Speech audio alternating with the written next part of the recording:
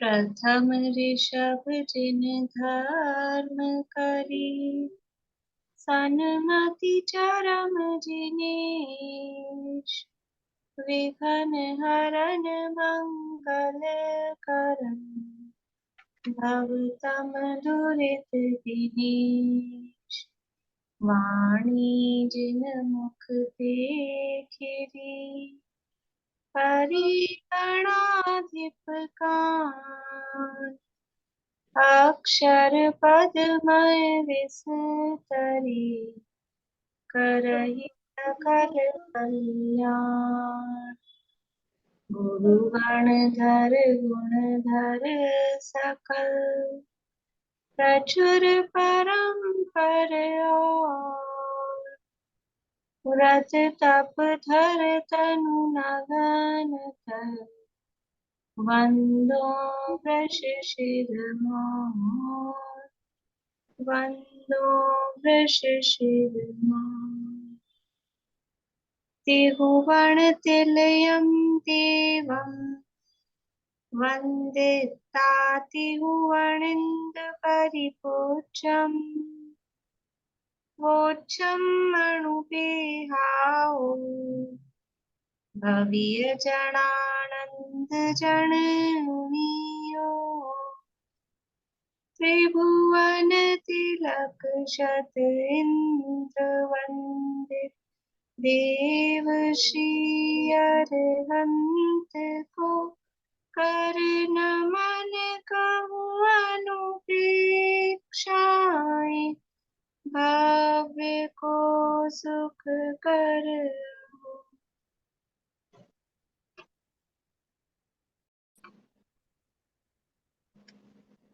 कार्तिकेय अनुप्रेक्षा नामक ये ग्रंथ है। कार्तिकेय स्वामी की द्वारा रचित ये अनुप्रेक्षाएं हैं, जिसमें से लोकानुप्रेक्षा की चर्चा अपनी चल रही है। काफी विस्तार से उन्होंने लोकानुप्रेक्षा का वर्णन किया है और प्रारंभ में अलौकिक गणित का वर्णन किया, जो कि यहाँ पर जानना आवश्यक था। उसके बाद में लोक का स्वरूप षड द्रव्यात्मक रूप से यहाँ बता रहे हैं। जीव द्रव्य की चर्चा चल रही है। पहले आगम अपेक्षा से जीव का वर्णन किया, आगम की मुख्यता से, और संसारी जीव के भेद प्रभेद और सब बातें यहाँ बताई। अब द्रव्यानुयोग की अपेक्षा से जीव का स्वरूप यहाँ बताया जा रहा है। उसमें भी न्याय की तरफ से, न्याय की अपेक्षा से पहले सांख्य मत वालों का न्यायिक वैशेषिकों के मत का यहाँ निराकरण किया। जो आत्मा को सर्वगत मानते हैं, वो भी आत्मा का स्वरूप वैसा वास्तविक नहीं है। सर्वगत है वो किस प्रकार से है, और फिर आत्मा और ज्ञान का जो संबंध है, तो वो आत्मा अलग ज्ञान अलग और फिर आके मिला है। ऐसा संयोग संबंध आत्मा और ज्ञान में नहीं है। कौन सा संबंध नहीं है? संयोग संबंध नहीं है। तो आत्मा और ज्ञान में कौन सा संबंध है? एक क्षेत्रावगाह संबंध है।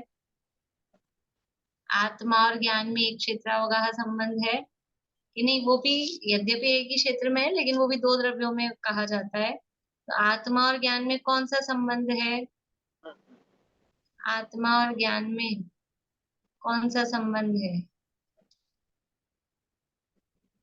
तादात्म्य संबंध। तादात्म्य संबंध। और तादात्म्य भी कौन सा? नित्य तादात्म्य संबंध। तादात्म्य संबंध। तादात्म्य संबंध है, नित्य तादात्म्य मतलब वो उसी रूप है। ज्ञान कहीं बाहर से आके नहीं मिलता है। पर जो न्यायिक मत वाले हैं वो इस तरह का मानते हैं, तो उनके यहाँ मत का खंडन किया गया। और फिर ज्ञान और आत्मा को बिल्कुल अलग, भिन्न, सर्वथा भिन्न मानने में क्या क्या दोष आएंगे, वो दोषों की बात यहाँ कही। यदि ज्ञान को और आत्मा को या द्रव्य को और गुण को सर्वथा ही अलग मान लिया जाए कि दोनों अलग अलग थे, तो ना द्रव्य का अस्तित्व रहेगा, ना गुण का अस्तित्व रहेगा। गुण भी खत्म हो जाएगा और द्रव्य भी खत्म हो जाएगा। वो सारी चर्चा यहाँ हमने देखी। फिर चारवाक मत वालों की बात यहाँ चालू की। चारवाक मत वाले क्या मानते हैं कि वो जो जीव है या ज्ञान है, वो पंचभूतों से मिलके बिना है, पृथ्वी आदि का विकार उसको मानते। तो आचार्य ने पहले तो मजाक की कि उसको भूत चढ़ गया है। जो ऐसा मानता है कि भूतों का विकार है, वो खुद ही उसको भूत लग गया है, ऐसा लगता है। फिर उसके लिए तर्क क्या दिया कि यदि वो पंचभूतों का ही से मिलके बना हो तो मुर्दे में भी पंचभूत होते हैं, फिर उसमें भी ज्ञान होना चाहिए। वहां सब है ना, पृथ्वी जल अग्नि वायु आकाश सब है, लेकिन वहां उसको ज्ञान नहीं होता है। और फिर कहा कि यदि जीव नहीं हो, खाली पंचभूत से मिलके ही ज्ञान बने, तो फिर ये सुख दुख को जानने वाला, ये इंद्रियों के विषयों को भोगने वाला, वो कौन होगा? थोड़ा दिमाग तो लगाओ, ऐसे कह रहे हैं, थोड़ा सोचो तो, कि खाली ये अगर पुद्गल को ही मानोगे, पृथ्वी जल अग्नि वायु को ही, जीव की सत्ता को यदि नहीं मान रहे हो, तो फिर ये सुख दुख का वेदन कौन कर रहा है? ये सोचो। और आत्मा को खाली ऐसे ही मान रहे हो कि संकल्प मात्र है, खाली अलग से पदार्थ नहीं है, ऐसे मन की कल्पना में संकल्प मात्र है, और संकल्प वो सुख दुख रूप है, यदि ऐसा मान रहे हो, तो फिर जीव जो सब जगह देह में घुला मिला है और वो वेदन कर रहा है, वो जीव किस प्रकार से होगा? फिर आगे कहा कि जो जीव को ही मान नहीं रहा है, तो फिर वो उसके अभाव को भी कैसे कह सकता है? कि तुम अगर यही नहीं मान रहे हो, कि अगर अभाव कह रहे हो तो उसको मानना तो पड़ेगा, तब तो उसका निषेध करोगे। जब उसको मान ही नहीं रहे हो, तो उसका निषेध कैसे करते हो? ये यहाँ कहा। और पीछे कहा कि ये प्रॉब्लम क्या है, मतलब ये प्रॉब्लम हुई क्यों है? ये जो भ्रम खड़ा हो रहा है, शरीर और आत्मा यानी जीव की सिद्धि नहीं कर पा रहे हैं, जीव को नहीं मान रहे हैं, तो उसके लिए कारण यहाँ दिया कि जीव वो शरीर में मिलकर ही सारे काम करता है, शरीर में मिला हुआ ही रहता है, तभी सारे काम करता है। इसलिए वो जो जीव है, उनको ये भ्रम हो जाता है कि ये दोनों एक ही हैं, तो वो जीव को मानते ही नहीं है, बस शरीर को ही, पंचभूतों को ही वो मानते हैं। तो जीव से शरीर को भिन्न दिखाने के लिए फिर यहाँ पर 186वीं गाथा में कहा था कि जीव अलग है, शरीर अलग है। अकेली आंखें, अकेले कान, अकेले नाक, वो देखना जानना सुनना सूंघना, वो नहीं होता है। जीव नहीं हो तो अकेले शरीर में आंख नाक कान होने पर भी देखने जानने का काम नहीं होता है। इसका मतलब आंख नाक कान वो देखती जानती नहीं है। कौन देखता है? मतलब ऐसा लगता है कितनी सिंपल सी बात है, बच्चे को भी समझ में आ जाए, कितनी सिंपल सी बात है। आंखें देखती हैं, कान सुनते हैं, कौन देखता सुनता है? इतनी इतनी सरल सी बात है। लेकिन फिर भी इतना समय हमको हो गया, 25 30 40 50 जितने साल हो गए सुनते सुनते, लेकिन इतनी सी बात जमती नहीं अंदर मन में, बैठती नहीं है। और बिल्कुल कुछ भी तो नहीं है, समझ में आ रहा है, देख रहे हैं कि आंखें नहीं देखती, जड़ पुद्गल है, देखने जानने वाला कोई और, अंदर मैं हूं अलग, लेकिन उसको मैं को फील नहीं कर पाते और करने की कोशिश नहीं करते। विचार आए तो तुरंत ही उस विचार को दूसरे विचारों से उड़ा देते हैं, विचार करने की कोशिश ही नहीं करते कि आखिर है क्या। वरना बहुत कोई बड़ी भारी बात नहीं है, मतलब कोई बड़ा ऐसा कठिन काम हो, ऐसा कुछ नहीं है। इसीलिए भेद विज्ञान करना अत्यंत सरल है, कोई कठिन काम नहीं है, लेकिन करना तो पड़ेगा, करना तो पड़ेगा, विचार तो करना पड़ेगा, वो नहीं होता है। ये सब यहाँ पर कहा कि जीव को जो शरीर से मिला हुआ जानते हैं और वो उस भेद को नहीं जानते, और फिर क्या मानते हैं? शरीर और आत्मा को एक जानते हुए उनकी मान्यता यहाँ बताई 187 गाथा में। मैं राजा हूँ, मैं रंक हूँ, मैं निर्बल हूँ, मैं बलवान हूँ, मैं दुखी हूँ, ये सब इस तरह से, मैं नौकर हूँ, मैं धनी हूँ, सेठ हूँ, ऐसा अपने आप को मानते हैं, जीव के और शरीर के भेद को नहीं जानते। अब जीव के कर्तृत्ववादी को चार गाथाओं से कहते हैं। पेज नंबर 86 है, गाथा नंबर 188 है, अपन ने पढ़ी तो थी, लेकिन अब ये चार गाथाएं एक साथ है, तो इसको वापस से पढ़ते हुए फिर आगे बढ़ते हैं। देखिए, जीवो हवे कत्ता सवं कम्माणि कुवदे जम्हा कालाइलधिजुत्तु संसारम गुणैमोक्षं च। जीवो हवे कत्ता, जीव हवे यानी होता है, कर्ता यानी कर्ता, सब्बम कम्माणि कुवदे जम्हा, जम्हा यानी चूंकि, क्योंकि सर्व कर्मों को करता है, ये जीव सब कर्मों को करता है, इसलिए वो करता हुआ क्या होता है, कर्ता बनता है। कालाई लब्धि जुक्तो, और कालादि लब्धि से युक्त होकर, ये संसारम का अर्थ भी ऊपर जाएगा कि जीव संसार में सब कर्मों को करता हुआ उनका कर्ता बनता है, और कालादि लब्धि से युक्त होकर पुनई मोक्षम, मोक्ष का भी कर्ता बनता है। यानी जीव अपने संसार का कर्ता भी स्वयं है, और जीव अपने मोक्ष का कर्ता भी स्वयं है। जीव का कर्तृत्व बता रहे हैं कि जीव क्या क्या करता है। कर्तृत्व आदि शब्द दिया है, तो कर्तृत्व के साथ आप लोगों को चार चीजें बताई थी। कर्तृत्व अकेला नहीं होता है, चार चीजें होती हैं। रेणु जी कुछ पूछ रहे हैं कि बता रहे हैं? आप पूछ रही थी, बता भी देती हूँ। एकत्व, ममत्व, कृतत्व, भोक्तृत्व। और मैं एक पूछ रही, एकत्व, कर्तृत्व, ममत्व, कर्तृत्व, भोक्तृत्व। भोक्तृत्व, ये चार चीजें एक साथ होती है। जहाँ एक है वहां चारों होंगी। और अकेले हम्म मैं पूछ रही थी कि जो इसमें काल लब्धि आया है ना मोक्ष के साथ, इसको थोड़ा सा अच्छे से एक्सप्लेन कोई कर दी। चर्चा करनी वो अधूरी रह रही थी, इसीलिए इस गाथा से स्टार्ट किया है। वो चर्चा भी करेंगे।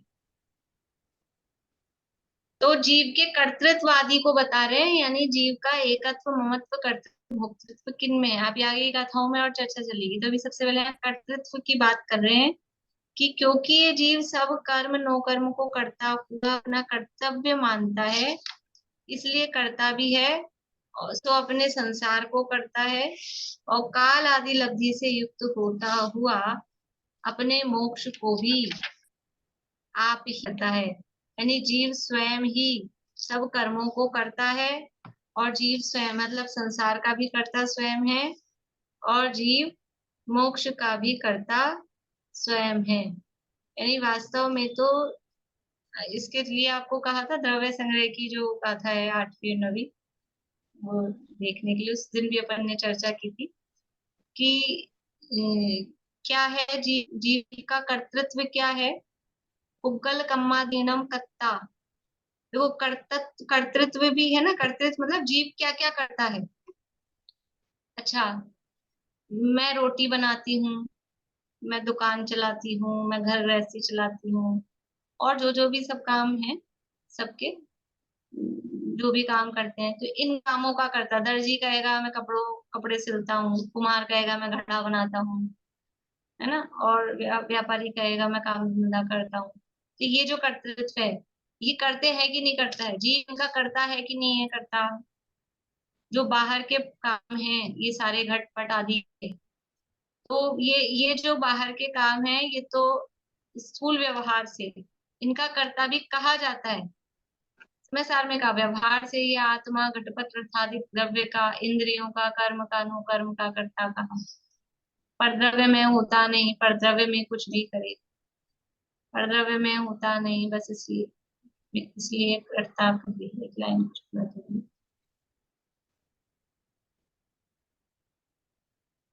तो जो घटपट आदि का जो कर्ता कहा, किसी का भी काम का, मैंने ये रखा, मैंने ये लिखा, मैंने ये याद किया, ये जो भी हम कह रहे हैं बाहर की चीजें हैं, याद करना तो चलो अलग, लेकिन जो बाहर के जो भी काम किए, मैंने बनाया, रखा, उठा धरा, बच्चों को लिखाया, पढ़ाया, तैयार किया, जो भी है, तो ये तो स्थूल व्यवहार है, ये सब व्यवहार ने का कथन है।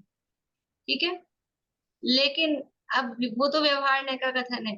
अब ये जीव अपने कर्मों का करता है कि नहीं, मोह राग द्वेष आदि भावों का करता, ये जीव है या नहीं है। ये अपने मोह राग द्वेष भावों का करता भी जीव स्वयं है। ठीक है, और मोह राग द्वेष भाव तो बाद में है। पुद्गल कर्मों का करता है कि नहीं है। पुद्गल कम्मा दीनम कत्ता, जो पुद्गल कर्म है, यानी ये जो ज्ञानावर्णादि कर्म को कौन बांधता है, जो बाहरी पर पदार्थ को, जो बिल्कुल भिन्न पर द्रव्य है उनका कर्ता कहा, वो तो असद्भुत व्यवहार ने का कथन है। वो तो बहुत स्थूल व्यवहार है। वो भी कहा जाता है कि लोक व्यवहार चलाने के लिए, कि ये कपड़े किसने बनाए, तो कपड़े दर्जी ने बनाए, ऐसे ही कहा जाएगा, वो लोक व्यवहार चलाने के लिए। लेकिन यहाँ तो कहाँ से चालू कर रहे हैं कि अपने शरीर का और द्रव्य कर्म का करता, ये द्रव्य कर्म आत्मा के साथ बंधे, ज्ञानावरण दर्शनावरण आदि 8 कर्म 148 प्रकृतियां, वो किसने बांधी हैं? किसने बांधे कर्म? स्वयं किए जो कर्म शुभाशुभ, ये जो कहा हमने स्वयं किए, मतलब इन कर्मों का कर्ता कौन है? वो मैं स्वयं, जीव स्वयं है। ये जो कथन किया जा रहा है कि मैंने जैसे कर्म किए हैं वैसे ही तो फल मुझे मिलेगा, जब कोई भी प्रतिकूल परिस्थितियां आती है तो अपने कर्मों पर आते हैं कि नहीं आते हम? और कहा गया है, जिनवाणी में भी कहा गया है, क्यों? क्योंकि दूसरों पर दोषारोपण, वरना दृष्टि बाहर जाती है। कोई भी प्रतिकूलता आएगी, कोई भी अनुकूलता आएगी तो दृष्टि सीधा बाहर जाएगी, इसकी वजह से ऐसा हुआ, इसने ऐसे कर दिया। तो उधर बाहर से पर पदार्थ से दृष्टि हटाने के लिए क्या कहा जाता है कि तुमने जैसे कर्म किए थे वैसा फल मिल रहा है। तो तुमने कर्म किए थे, तो कर्म किए थे, तो कर्म क्या है?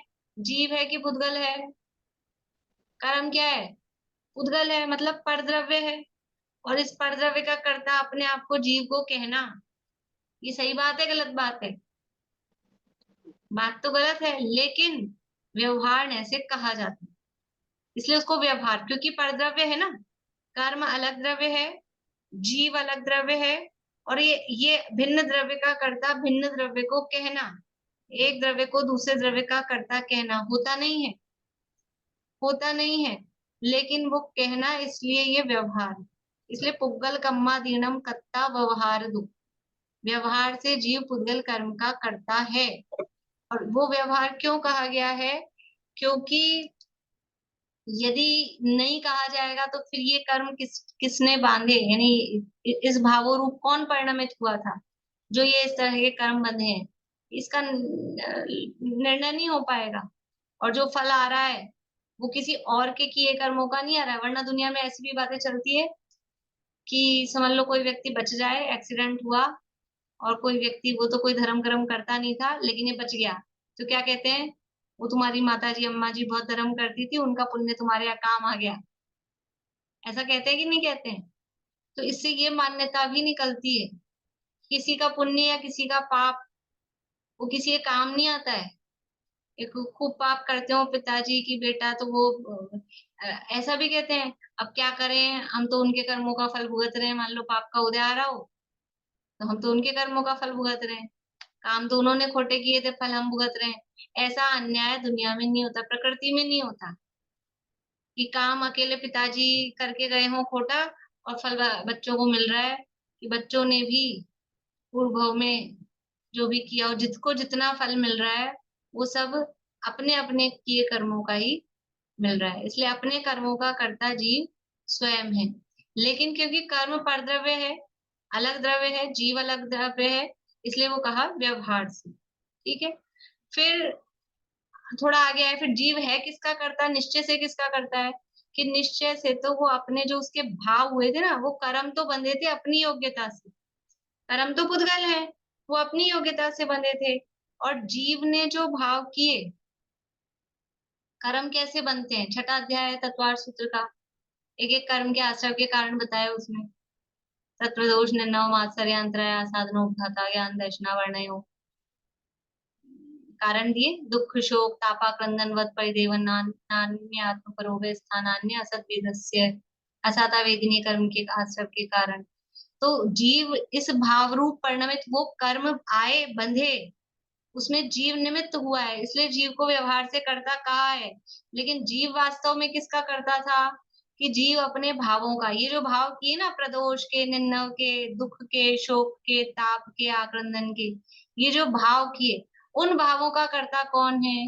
कि उन भावों रूप जीव स्वयं परिणमित हुआ था, तो जीव अपने इन विकारी भावों का कर्ता स्वयं है। कौन से नय से है? निश्चय नय से। लेकिन निश्चय भी दो प्रकार का है, एक अशुद्ध निश्चय और एक शुद्ध निश्चय।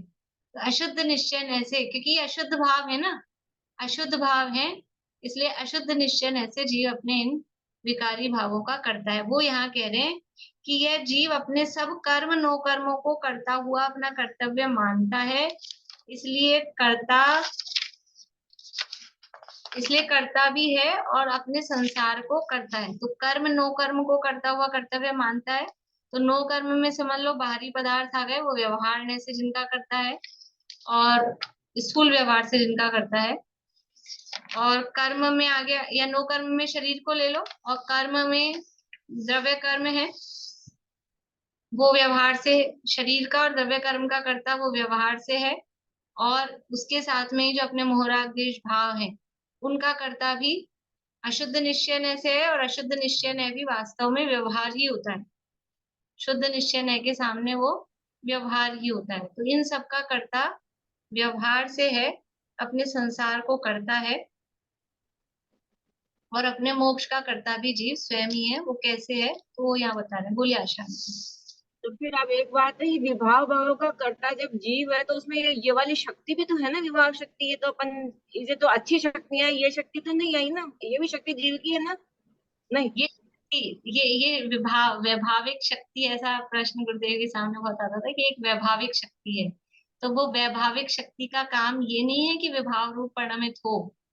वैभाविक शक्ति का काम है कि विभाव रूप परिणमित न हो, लेकिन अभी उस वैभाविक शक्ति का विभाव रूप परिणमन चल रहा है, तो वो विभाव होता है।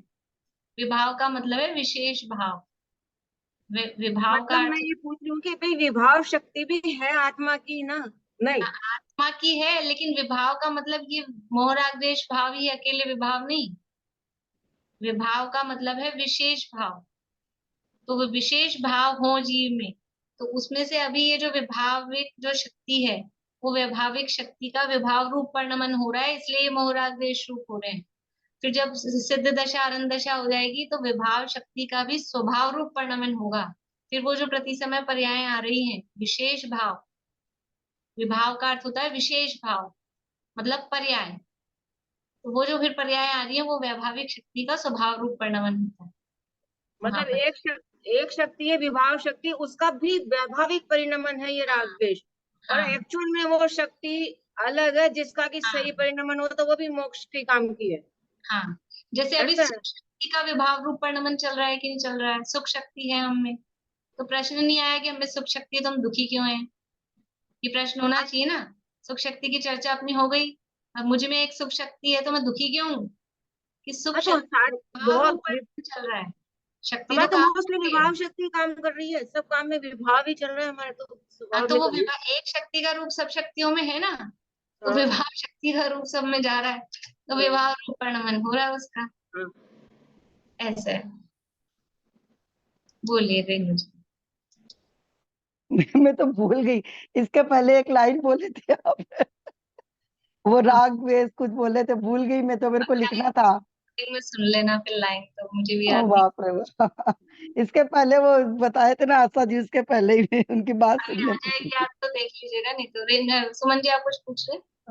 जो व्यवहार में हम सुनते हैं ना कि उसके पुण्य से या इसके पाप को भोग रहे हैं, पुण्य को भोग रहे हैं, तो ये मान्यता ही गलत है या व्यवहार में कहा जा सकता है?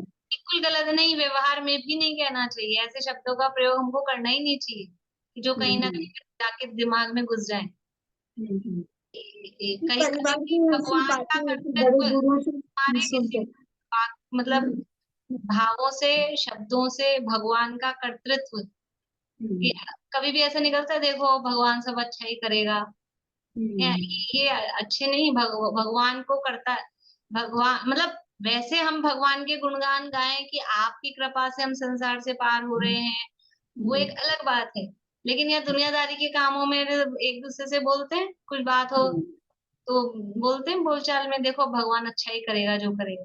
हम जैसे लोग भी यदि ऐसा हम्म, बोलते हैं तो उचित नहीं बोलना चाहिए, बुद्धिपूर्वक छोड़ना चाहिए।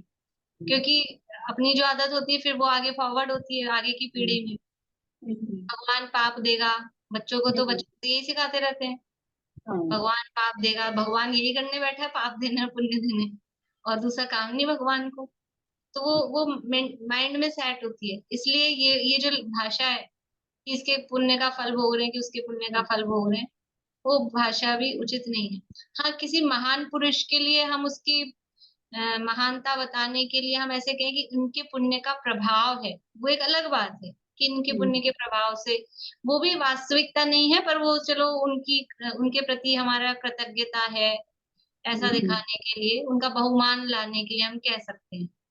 लेकिन आपस में कि तुम्हारा तो किया तो तुमने था, तुम्हारे पाप का फल मैं आप भोग रही हूँ, किया तो मैंने था, मेरे पुण्य का फल तुम भोग रहे हो, वो मान्यता उचित नहीं है। और वो मान्यता में होती है तो शब्दों में आती है, शब्दों में आ रही है मतलब कहीं ना कहीं मान्यता में अपने बैठी है।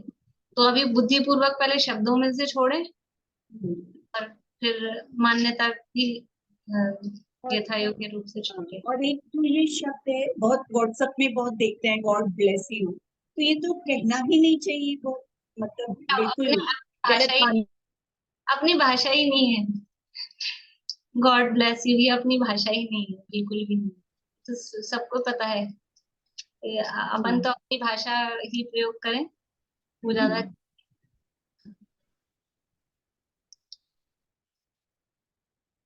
तो ये जीव अपने संसार को करता है, यहाँ क्या कहा कि कर्म नो कर्म को करता हुआ, कर्म नो कर्म को करता है, उसका कर्ता बनता, कर्तव्य मानता है। इसमें दो तरह की बातें हैं कि एक तो कर्ता उसको कहा गया है, जीव को संसार अवस्था में अपने कर्म नो कर्म का, अपने मोरा कर्म नो कर्म मतलब शरीर का, द्रव्य कर्म का और भाव कर्म का, वो कर्ता उसको कहा गया है और फिर वो मानता भी है। तो जो जो अपने को कर्ता मानता है तो वो कर्ता होता है। उदाहरण दिया था उस दिन मैंने कि जो अच्छा काम होता है कि हम मैंने बनाई, उसका कर्ता होता है। जो खराब काम हो जाए, भले ही किया हो लेकिन उसका कर्तृत्व नहीं लेना चाहते। तो ये जीव संसार दशा में कर्तृत्व मानता है, इस शरीर का, कर्म का, अपने मोहरादेश भावों का कर्ता अपने आप को मानता है, अपने आप को कर्ता मानता है, इसलिए संसार को रचता है, संसार को करता है। ज्ञानी जीव के भी, सम्यक दृष्टि ज्ञानी के भी कर्म बंधते हैं कि नहीं बंधते? हाँ कि ना? सम्यक दृष्टि ज्ञानी के भी कर्म तो बनते ही है ना, कर्म तो बनते ही है, ऐसा थोड़ी ना कि कर्म बंधना रुक गए। 41 प्रकृतियां रुकती है, बाकी तो बनती है ना प्रकृतियां था योग्य। कर्म बंधते हैं, उसको राग द्वेष होते हैं कि नहीं होते? कर्म बंध रहे हैं तो बिना राग द्वेष के दौड़ ना बंधेंगे, राग द्वेष भी होते हैं। तो वो उन उस कर्म बंधते हुए कर्मों का और उन राग द्वेष का, या वो बाहर में घर गृहस्थी काम काज करता है कि नहीं करता है? कोई दर्जी भी हो सकता है, कोई सुनार भी हो सकता है, जो भी उसका व्यापार धंधा होगा तो वो अपना काम करेगा कि नहीं करेगा? अपने शायद दौलत राम जी की बात आती है, वो छप वो लगाते थे, कपड़ों पे प्रिंट करते थे, हैंड प्रिंट होता था ना पहले। तो वो करते थे, वो काम करते थे कि नहीं करते थे?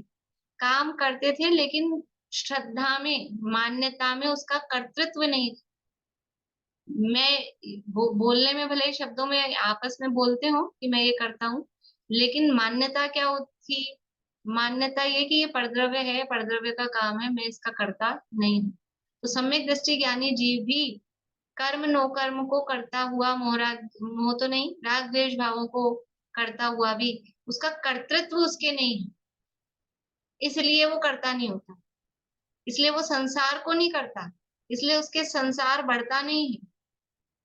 राग द्वेष होते हैं, राग द्वेष होने पर भी उसका संसार कम होता जा रहा है हर समय। जैसे जैसे कर्म उदय में आ रहे हैं सम्यक दृष्टि के, उसका तो संसार कम हो रहा है, उदय में आके खत्म हो रहे हैं, संसार कम हो रहा है। और मिथ्या दृष्टि उनका कर्ता बनता है, तो कर्ता बनता है तो अपने संसार को बढ़ाता जाता है, वो अपने संसार को करता है। तो काम होता है, काम वही हो रहे हैं, लेकिन उसका बोझा कर्तृत्व, इसलिए कर्तृत्व बता रहे हैं कि यदि कर्तृत्व अपने माथे लेते हो तो फिर वो संसार की वृद्धि होती है। संसार का बढ़ना रे, नरदेह की ये हार है। यदि कर्तृत्व लेते हैं, संसार बढ़ रहा है तो मनुष्य भाव हार रहे हैं, ये यहाँ कह रहे हैं। अब देखिए अब क्या कह रहे हैं, काल आदि लब्धि से युक्त होता हुआ अपने मोक्ष को भी आप ही करता है, कि मोक्ष का कर्ता भी स्वयं ही होता है। तो एक काल आदि लब्धि से युक्त होता हुआ का क्या मतलब है कि देखो, जब भी किसी जीव का, एक तो कोई भी काम होता है तो 5 समवाय होते हैं, 5 समवाय होते हैं कि नहीं? कौन से हैं 5 समवाय? 5 समवाय कौन कौन से हैं? अभी थोड़े दिन पहले चल रही थी अपनी चर्चा इसी प्रकरण में। वही बस जिनको याद है उन्हीं के हाथ करें, 2-3 लोगों के। अर्चना जी। स्वभाव, निमित्त, पुरुषार्थ, भोक्तव्य, कांतव्य। सेकंड लास्ट क्या बोला? सेकंड लास्ट समझ नहीं आया। एक गलत हो रहा है। स्वभाव, निमित्त, पुरुषार्थ, भोक्तव्य और कांतव्य। हाँ, भवितव्य मतलब होना, ठीक है। स्वभाव, पुरुषार्थ, होनहार, काललब्धि और निमित्त, ये 5 समवाय हैं। समवाय मतलब इन ये सब जब भी कोई कार्य होता है तो उसमें ये 5 बातें होती ही हैं, इन 5 का योग होता ही है, उसको बोलते हैं समवाय। तो काल लब्धि एक निमित्त है। तो यहाँ कह रहे हैं काल आदि लब्धि, काल आदि, आदि शब्द दिया है ना, तो आदि में बाकी के 4 भी ले लेना, स्वभाव, पुरुषार्थ, होनहार और निमित्त, बाकी के 4 भी ले लेना। उससे युक्त होता हुआ अपने मोक्ष को भी आप ही करता है। यानी मोक्ष होता है तो कब होता है? तो अभी तो मुख्यतः किसी एक की करते हैं। मोक्ष होने में स्वभाव क्या है? स्वभाव क्या है कि वो जीव है ना, उसका मुक्त होने का स्वभाव है, वो स्वयं उसका वो स्वभाव है। पुरुषार्थ, पुरुषार्थ कौन करेगा मोक्ष जाने का?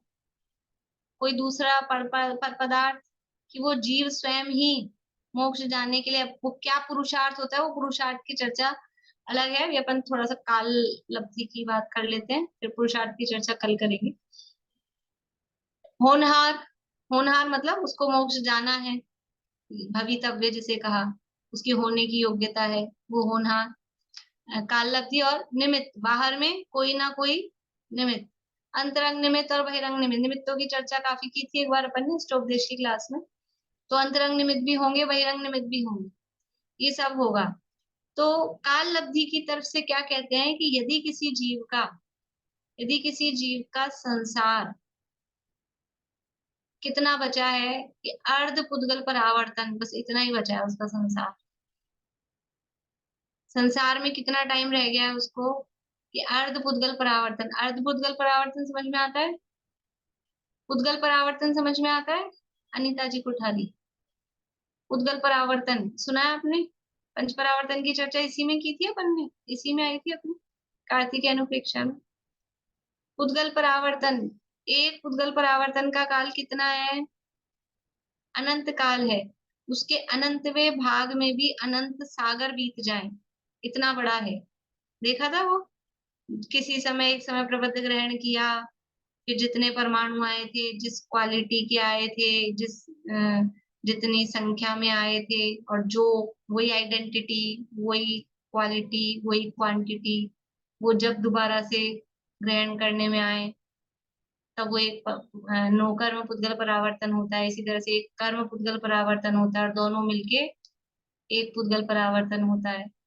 तो अर्ध पुद्गल परावर्तन काल जब किसी जीव के संसार में शेष रहता है मैक्सिमम, तब उसको सम्यक दर्शन की प्राप्ति हो सकती है। यदि किसी जीव का संसार अभी ज्यादा है, अर्ध पुद्गल परावर्तन से ज्यादा है उसको संसार में रहने का, ये समझ लो, बात कर रहे हैं अपन भवितव्यता की तरफ से या क्रमबद्ध की तरफ से, कि यदि अभी उसको संसार में एक पुद्गल परावर्तन, 2 पुद्गल परावर्तन, 2.5 पुद्गल परावर्तन रहना है, उदाहरण के लिए ले रहे हैं, असंख्यात पुद्गल परावर्तन उसको रहना है, तो उस जीव को सम्यक दर्शन हो सकता है क्या? हाँ कि ना?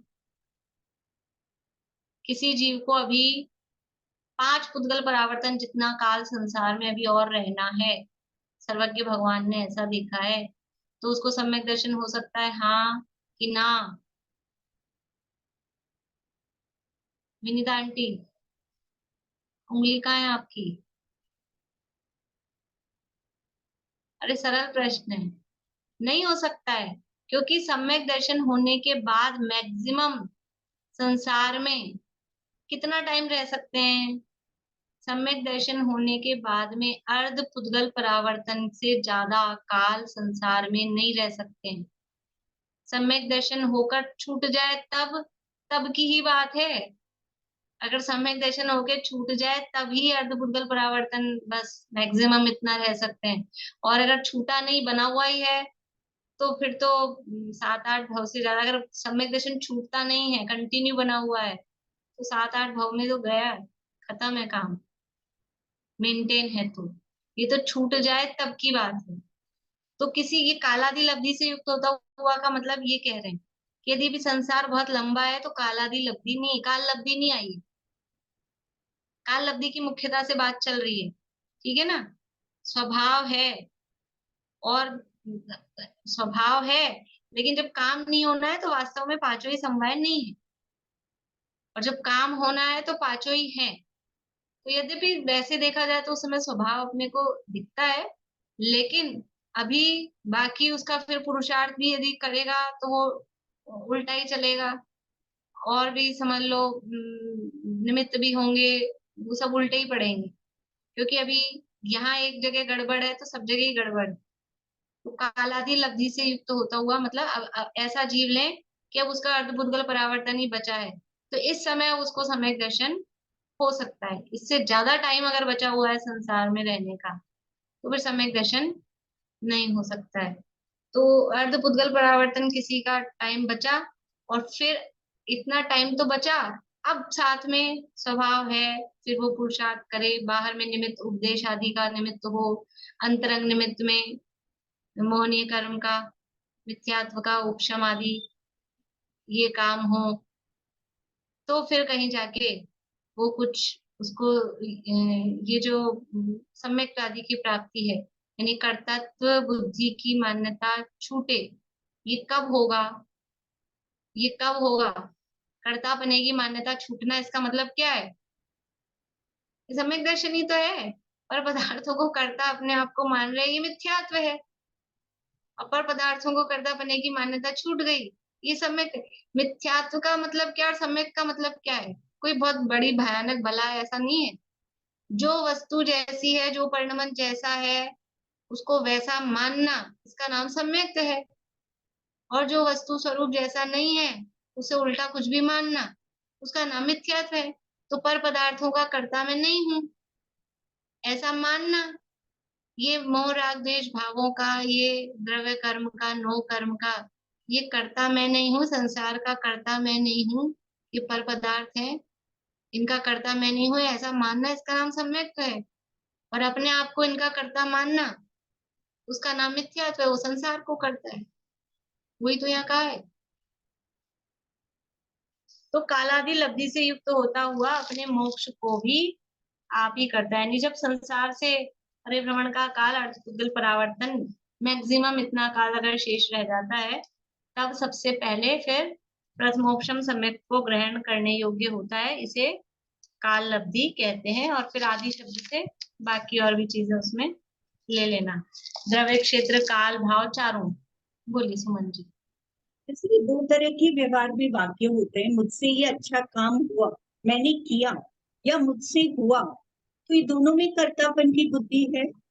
हाँ, बोलने में भले हुआ बोलो कि किया बोलो, अंदर मान्यता भी कर्तापन की बैठी है तो कर्तापन है।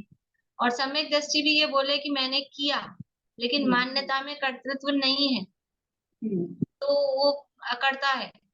और भले ही देखो, ऐसा अपन नहीं बोलते हैं, अंदर तो ये चल रही है कि मैंने सारा काम किया, मैंने बनाया, मान लो कुछ बनाने की बात हो, भोजन आदि की, या और कोई बड़ा आयोजन करने की, अंदर में तो अपना अपना मान कषाय बैठी है।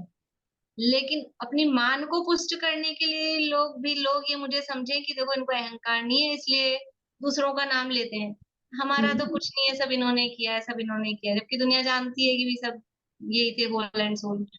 फिर भी वो व्यक्ति ऐसा बोलता है, अपनी मान कषाय को पुष्ट करने के लिए अकर्ता दिखा रहा है अपने आप को। तो शब्दों से कोई फर्क नहीं पड़ता बोलने में, मान्यता अंदर की चीज। नहीं, एक तो काम शुरू करने से पहले मन में भाव होते हैं कि मैं अच्छा कर सकती हूँ, मुझसे अच्छा ही होता है। और एक है कि काम कुछ हो गया, उसके बाद मन में एक फीलिंग होती है बहुत अच्छे से हो गया, तो ये भी कर्तापन है। हाँ, अंदर जो पहले बैठी है वो तो कर्तापन है ही। और अच्छे से हो गया वाली में ये है कि ये भी हो सकता है, मतलब इस तरह का भी कि अपना कर्तव्य इतना नहीं है, लेकिन काम उसमें थोड़ी सहजता वाली चीज है, भवितव्यता वाली बात है उसमें, इस फील। लेकिन जो पहले फीलिंग है वो तो कर्तृत्व वाली है। हाँ, वो तो कर्तापन है। हम्म, बोलिए आशा। जैसे मुझे भाविक शक्ति में कॉन्ट्रडिक्टरी लग रहा था कि भाई ऐसे ये भी एक शक्ति है, क्या है। ऐसे ही मुझे एक चीज और समझ ऐसा आता है, जैसे भी देह जड़ है, कहते हैं कि देह जड़ है, शरीर जड़ है, उद्गल है, उद्गल की वो है, और जीव अलग है। तो जड़ तो वैसे बताओ कोई चीज क्या मांगता है? जड़ को तो कोई चीज मांगने की वो ही नहीं होती भाई, जैसे खाना पीना, ये जो सब चीजें हैं, ये सब चीजें जड़ तो मांगता ही नहीं। ये सब चेतन ही तो कर रहा है कि सारे काम के, खाना भी खाना है, ये करना है। जड़ तो मांगता कहाँ है? फिर कहाँ हो रहा है ये सारा मिक्सेशन? तो ये तो जीव की फिर क्या? जीव की तो भाव इच्छाएं खुद की है, तो खुद की है। देखो, शरीर तो जड़ अगर आप शरीर शरीर को जड़ मांग रहे हैं तो है। वो कहाँ तो मांग रहा है? आपकी आवाज थोड़ी कट रही है, शायद सबको ऐसी आ रही होगी कटी हुई। मैं इनका प्रश्न बता देती हूँ कि शरीर तो जड़ है और आत्मा चेतन है, दोनों अलग अलग है। जब शरीर तो जड़ है तो जड़ तो कुछ मांगता है नहीं कि मुझे अभी पानी दो, कि ठंडा पानी दो, कि गर्म पानी दो, कि आइसक्रीम खिलाओ, कि आम खिलाओ। वो तो कुछ मांगता नहीं है, तो वो कुछ नहीं मांगता है। फिर ये खाना पीना ये सब काहे के लिए हो रहा है, क्यों हो रहा है? से समझ में आ रहा है ना कि ये जीव का स्वयं का राग, स्वयं का राग है कि मैं ये खाऊं। शरीर शरीर के प्रति। बोलता नहीं है, शरीर बोलता नहीं। अच्छा ठीक है, नहीं शरीर नहीं बोलता, लेकिन शरीर चलता नहीं है साहब हमारा, तो इसीलिए खाना पीना पड़ता है हमको तो, कि हाँ, भी शरीर चलता नहीं है। तो हाँ। शरीर चलता नहीं है, ये भी, ये शरीर के प्रति हमारा राग ही तो है। हमको शरीर को चलाना है, शरीर को चलाना है। ये शरीर के प्रति राग है कि नहीं है? ये शरीर के प्रति राग है कि शरीर को चलाना है, और इसमें ये सब चीजें नहीं देंगे तो ये शरीर जरा काम नहीं करेगा। ये हमारी मान्यता है, ये हमारा तो इसमें राग अपने है। इसमें शरीर का कोई रोल नहीं है, सारा आत्मा का ही मोह नाम का रोल है कि वो ही कर हाँ, रहा है अपने आप सब हाँ, गुण। अपना ही है। शरीर तो का एक क्या? ही, इसमें शरीर की कोई वो नहीं है, क्योंकि शरीर तो जड़ है। तो फिर शरीर तो उसकी जड़ है, तो शरीर शरीर कुछ नहीं, मतलब शरीर तो बोलता भी नहीं है, हाँ, बोलेगा भी नहीं। लेकिन शरीर का देखो, शरीर का जैसा परिणमन होना है वैसा ही होता है। हाँ, वो तो शरीर बुद्धगल है, तो उसका बुद्धगल का का परिणमन परिणमन जो ऐसा होगा वो। होता है। ये केवल हमारी मान्यता है कि हम ये खाएंगे, ये पिएंगे तो इसका परिणमन अच्छा होगा। खाते खाते, दवाइयां खाते खाते भी अगर ऐसा हो कि हम ये खा रहे पी रहे हैं तो शरीर का परिणमन अच्छा हो जाए, तो फिर आदमी, कोई आदमी क्यों मरे और वो बीमारी बढ़े क्यों? दवाई लेते लेते, उस बीमारी की दवाई लेते लेते भी बीमारी बढ़ती जाती है। डायबिटीज की गोली लेते जा रहे हैं, लेते जा रहे हैं, फिर भी डायबिटीज बढ़ रही है। ये क्या हो रहा है, क्यों हो रहा है? और खाने पीने में भी हम बिल्कुल परहेज कर रहे हैं फिर भी, कि ये शरीर का परिणमन स्वतंत्र है। और वो गोली खाना है कि ये भोजन पदार्थ जो भी खाना है, ये अपना मोह वो अलग है। अब वो भूमिका अनुसार वो होता है, रहता है, वो अलग बात है, लेकिन वास्तविकता यही है। इसलिए कहा जाता है कि फिर इस शरीर के पीछे शरीर का परिणमन स्वतंत्र है, और हमारे खाने पीने चलाने से उसको कुछ होता नहीं है। तो फिर हम शुद्ध सात्विक आहार ही क्यों ना करें? हम क्यों, वो तो शरीर तो कहता नहीं तुम मेरे लिए अभक्ष्य खाओ, नरक में जाओ, अभक्ष्य खा खा के दिन रात कभी भी। शरीर तो कहता नहीं है उसका, तो फिर भी जो रात में खाते हैं और जो अभक्ष्य खाते हैं, क्या उनके बुढ़ापा नहीं आता? क्या उनकी बीमारियां नहीं आती? क्या वो मरते नहीं है? उनके भी होता है। और जो दिन में खाते हैं, अभक्ष्य नहीं खाते हैं, नियम संयम से खाते हैं, उनके भी आ जाती है बीमारियां, उनकी भी मृत्यु होती है। तो सबका परिणमन, शरीर का परिणमन तो उसी हिसाब से हो रहा है ना, नहीं, उसी अपन हिसाब जैसे से। सारा दिन रोते हैं कि मेरे ये हो गया, मेरे ये हो गया, तो शरीर में तो कुछ हुआ नहीं है, तो तुम ही बक रहे हो, तुमको ही लग रहा है सब कुछ कि ऐसा हाँ, हो गया, ऐसा हो गया। शरीर तो शरीर, जड़ जड़ है, उसमें तो क्या है फिर? शरीर के प्रति मोह और सारे शरीर दिन अपन यूं में लगे परिणमन रहते हैं होता कि है। ये हो गया, ये हो गया, और ये हो गया। शरीर में जो परिणमन होता है, तो उसके हिसाब से जितना अपना मोह है उतना उसके हिसाब से जीव दुखी होता है। मोह प्रमाण जितनी आसक्ति है उतने प्रमाण में दुख होता है। बीमारी से, रोग से दुख नहीं होता है। रोग के काल में भी राग ही दुख का कारण है, रोग दुख का कारण नहीं है। जिसको जितना राग है, जितनी आसक्ति है, उतना दुख है। जितनी आसक्ति है उतना दुख है, जितनी विरक्ति है उतना वो प्रसन्न है, सुखी है। इसलिए दुख का कारण अपना राग, अज्ञान, मोह, वही दुख का कारण है, और कोई दुख का कारण नहीं। रेणु जी और पूछना आपका या पहले का ही रीजन? नहीं मैम, अभी जो इतना डिस्कशन हो रहा है तो ये शरीर और जीव की मिली जुली प्रक्रिया भी तो हो सकती है। जैसे अभी पीछे बोला कि भाई जो अपने बोलते हैं कि शरीर मिली जुली प्रक्रिया में प्रश्न ये था कि शरीर थोड़ी ना कुछ कह रहा है, शरीर थोड़ी ना मांग रहा है, तो वो शरीर के बिना तो कुछ होगा भी नहीं ना। कहा ना मैंने कि भाई शरीर चलता नहीं है इसलिए, लेकिन शरीर का चलना नहीं, भाई शरीर को चलाने का भाव भी तो अपना ही है ना। वो भाव क्या है? मेरा शरीर अच्छा चले, स्वस्थ रहे, ये भी तो भाव है ना एक। ये कौन सा भाव है? ज्ञान भाव है कि मोह भाव है? मोह भाव। मोह भाव है, वो शरीर के प्रति मोह भाव है ना, इसलिए बात तो वही है, वास्तविकता तो यही है। अब जो भी जैसा, इसलिए मैंने कहा कि भूमिका अनुसार जो भी जैसा होता है वो परिणाम भी आते हैं, आएंगे भी, लेकिन वास्तविकता का स्वीकार तो हम करें। स्वीकृति तो हो, स्वीकृति होगी तो अपने आप ही वहां से छूटता है, वो विरक्ति आती है धीरे धीरे। वो धीरे धीरे असर करती है, लॉन्ग टर्म है लेकिन असर करती है ये चीज। एक बार जड़ स्वीकृत इतनी जड़ इतनी मजबूत है ना मैम, अपने आप ही जा रहा है। लिए, लेकिन स्वीकृति तो हो, पर वास्तविकता तो ये है। अब हम कर पा रहे हैं नहीं कर पा रहे हैं, हमारे हो रही है नहीं हो रही है, वो बात अलग है। और जब वास्तविकता की स्वीकृति होती है तो वो परिणमन में आती है, धीरे धीरे करके आती ही। टाइम तो, एक बात और इसमें जो साथ में ले रही थी कि द्रव्य क्षेत्र काल भाव, ये अपन ने काल से लिया ना, तो मोक्ष जाने योग्य काल तो कहा मैक्सिमम अर्ध पुद्गल परावर्तन काल बचे तो सम्यक दर्शन की प्राप्ति होती है। द्रव्य कैसा हो, अपन ने ये चर्चा, आप लोगों को ध्यान हो, स्टोपदेश में जो दूसरा श्लोक था ना, योग्योपादान योगेन, तब अपन ने चर्चा की थी कि कैसा द्रव्य हो, कैसा क्षेत्र हो, कैसा काल हो। तो द्रव्य में कौन सा द्रव्य, द्रव्य का मतलब है, अब यहाँ बाहरी द्रव्य की बात है कि जैसे शरीर है तो कैसा शरीर होना चाहिए, कि वज्र ऋषभ नाराज, ये निमित्त बाहर की बात चल रही है, कालादि लब्धि वो निमित्तों की बात चल रही है। तो किसी जीव को मोक्ष जाना है तो कैसे शरीर से मोक्ष जा सकेगा? कि पुरुष का शरीर हो, वज्र ऋषभ नाराज सहनन हो, ये बाहरी द्रव्य की बात।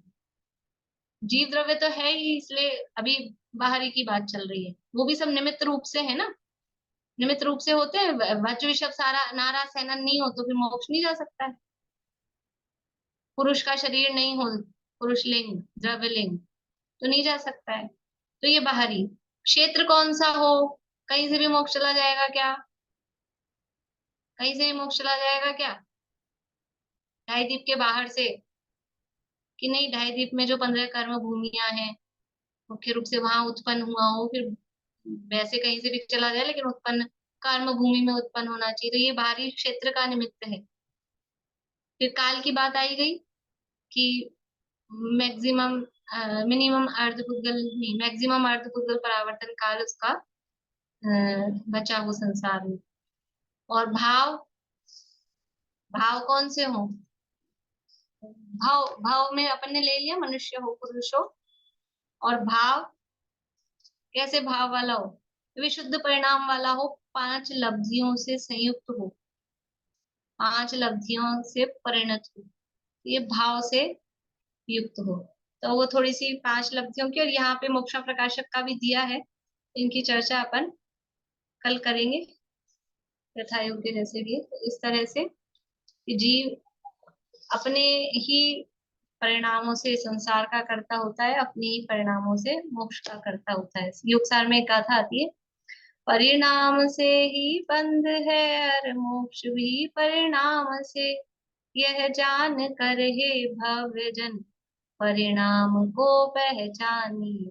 अपने ही परिणामों से बंध होता है, अपने ही परिणामों से मोक्ष होता है, तो अपने परिणामों को हम यथा योग्य पहचाने, संभालें, और अपने उपयोग को पर पदार्थों में नहीं लगा के अपनी आत्मा की ओर केंद्रित करें, इसी भावना से पूरा करें। जिनवाणी स्थिति, रेणु जी बोलेंगे आप? बोल लूंगी मैम, वैसे सिंपल सिंपल ही बोलता हूँ।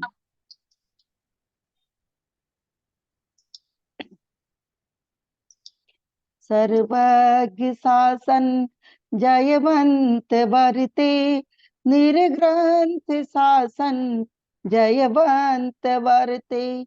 यही भाव अविच्छिन्न रहता है मन में, सर्वज्ञ शासन जयवंत वर्ते। निशंक निर्भय रहे हम सदा ही, अरे स्वप्न में भी न कुछ कामना हो। निरपेक्ष रहकर करे साधना नित, कभी ग्लानि भैया अनुत्साह ना हो। बातों में आवे न जग की कदापि, चमत्कार लख कर नहीं मूड होवे। अरे पर की निंदा प्रशंसा स्वयं की, करके समय शक्ति बुद्धि न खोवे। सर्वज्ञ शासन जयवंत वर्ते, निर्ग्रंथ शासन जयवंत वर्ते।